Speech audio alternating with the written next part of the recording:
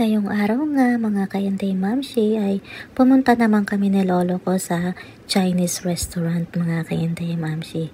Eto nga't nagtitingin na tayo ng mai-order natin mga ka-Inday Mamshi. Yung pwede natin kainin ngayon mga ka-Inday Mamshi.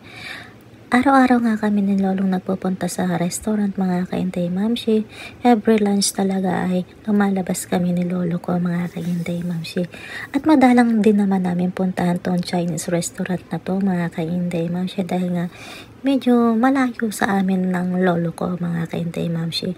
Halos kasi ng kinakainan namin ay malapit lang sa bahay na yung lolo ko. Pero ngayon ay medyo napalayo tayo ng konti mga ka-Inday Mamshi. Pero nasa Tel Aviv pa rin naman to mga ka-Inday Mamshi. At yan nga mga ka-Inday Mamshi ay binigay na ang aming corn soup mga ka-Inday Mamshi.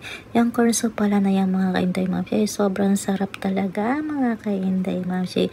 At binigyan ko nga rin si lolo ko ng konting corn soup kasi nga gusto din niyang makatikim ng corn soup mga ka-Inday Mamshi. Kaya mga ka-Inday, tara kain tayo.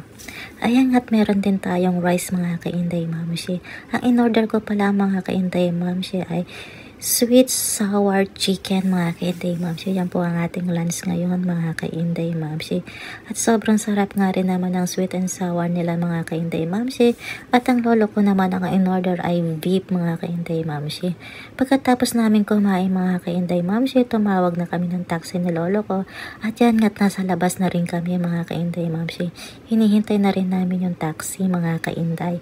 At eto nga't nasa loob na rin kami ng taxi mga ka-Inday Mamshi. Pauwi na rin kami ngayon ng aking lolo mga ka-Inday Mamshi. Ganyan lang naman ginagawa namin mga ka-Inday Mamshi. Pag lumalabas kami ni lolo kumakain sa labas, kakain lang kami mga ka-Inday Mamshi. At pagkatapos namin kumain ay uuwi na rin kami. Ganyan po ang aming daily routine ng aking lolo mga ka-Inday Mamshi.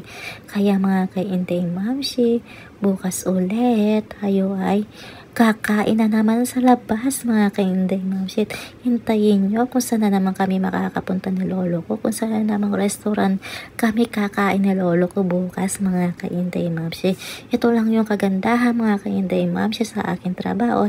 Hindi na talaga ako nagluluto mga ka-Inday Mamshi ng tanghalian namin ni lolo ko kasi pag may natira kami, yun din ang kakainin namin sa gabi mga ka-Inday Mamshi.